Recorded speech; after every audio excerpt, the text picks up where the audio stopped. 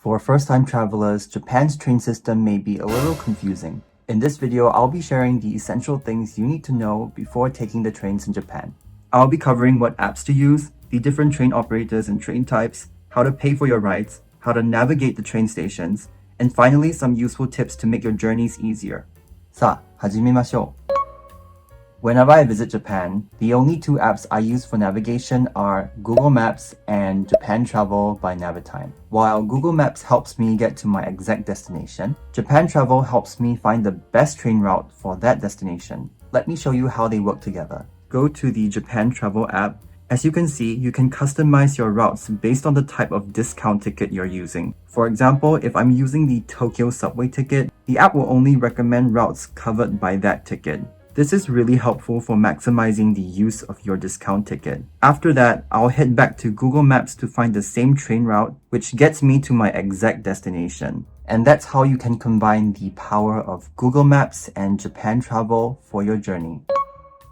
Next, we need to know that Japan's train system is managed by several operators. Japan Railways, or JR, is the largest train company. They operate the bullet trains and also regular trains throughout the country. Apart from JR, each city or region has its own private railways and subway system. Let's look at Tokyo as an example. On Google Maps, you will see all the different train lines. The zebra lines represent JR lines, and they are also color-coded. The gray ones are regular JR trains, while the blue one is the bullet train line. Next, the solid colored lines represent subway lines. In Tokyo, there are two operators of the subways, Tokyo Metro and Toei Subway. Finally, the black lines are private railways in Tokyo. There are so many private railways like Keisei, Tobu, Tokyu, the list goes on. Knowing the different train operators will expand your travel options and helps you make better decisions for your journeys.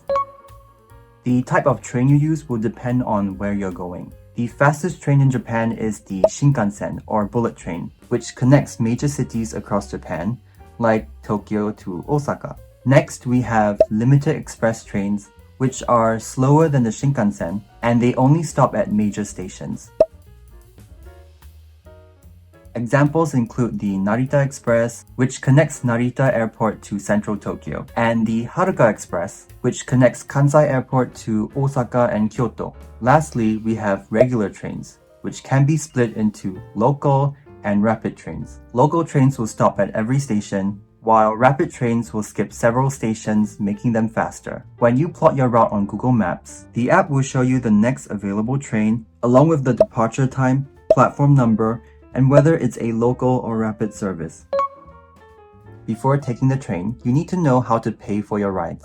The most popular method is to use an IC card. It's valid for 10 years and way more convenient than using paper tickets. You can get a new IC card from the ticket machine. IC cards can also be used for payment at vending machines, convenience stores, and many other places that accept IC card payments. You'll come across various IC cards such as Suica, Pasmo, Ikoka. The only difference between them is the issuing company. Suica is issued by JR East, Ikoka by JR West, and Pasmo by private railways in Tokyo. In essence, all of these cards work the same and can be used throughout Japan. For example, if I got a Suica in Tokyo, I can use it in Osaka, Kyoto, and other regions in Japan. A smarter way to get an IC card is by using Apple Pay.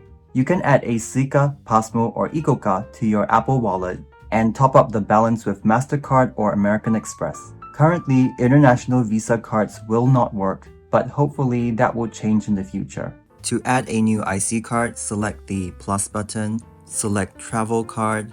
You're gonna look for the Japan section. They offer three options, Ikoka, Pasmo, or Suica. I'm gonna choose Suica. If you don't have an IC card, click Continue. If you have a physical IC card and want to transfer it to your Apple Wallet, click Transfer Existing Card. For now, let's continue to add a new card. Select the amount of money you want to add,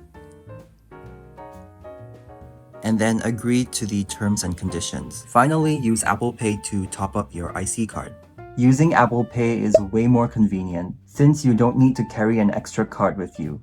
In addition to IC cards, getting a JR Pass is great for exploring multiple regions in Japan. They offer unlimited rides on the Shinkansen and also regular JR trains. You can buy a JR Pass for the entire country or specific regions. There are also city-specific passes like the Tokyo subway ticket and the Osaka Metro Pass. These passes offer unlimited travel on the subways and private railways. The more journeys you take, the more money you save. I have videos talking about the JR passes and the Tokyo subway ticket, which I will link in the description and at the end of this video.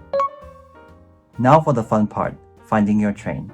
I will be using an example. Let's say your hotel is at Ueno and you want to go to Shibuya Crossing. Let's choose the Yamanote line. From Ueno Station to Shibuya Station, the first thing you need to check is the train operator you're using.